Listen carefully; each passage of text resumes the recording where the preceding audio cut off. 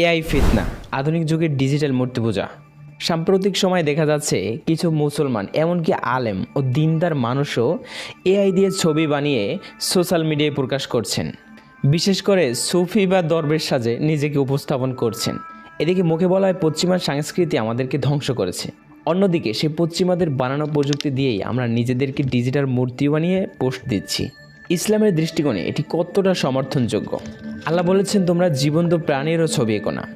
কিয়ামতের দিন আল্লাহ এসব ছবির কারণে মানুষদেরকে শাস্তি দিবেন। অনেক হাদিসে দেখা যায় ছবি আঁকা, মূর্তি নির্মাণ এগুলোকে গুনাহ হিসেবে গণ্য করা হয়েছে।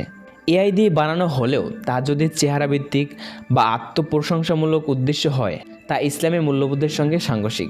আলেমদের মতে এআই বা ডিজিটাল আর্ট বাস্তবিক ছবির হুবহু হয়, তাহলে এটি তাসওয়িরের হুকুমে পড়বে, অর্থাৎ মূর্তি বা জীবন্ত প্রাণীর ছবি আঁকার মতো।